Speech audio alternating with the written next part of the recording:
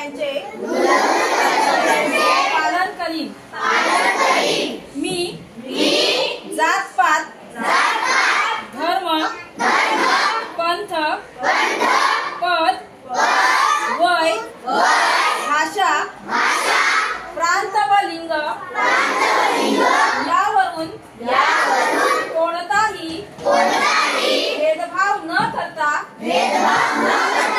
सर्व व्यक्तींचा आदर करीन। मी आपल्या देशाच्या विविधतेतील एकतेचा व समृद्ध संस्कृतीचा अभिमान बाळगून सुसंस्कृत समाजासाठी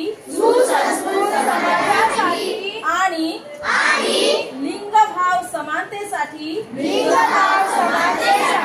प्रयत्नशील राहीन।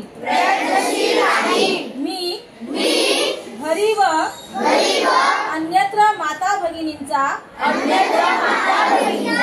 व एकूण स्त्री तत्वाचा अनादर करणारे अपशब्द व शिव्या वापरणार नाही।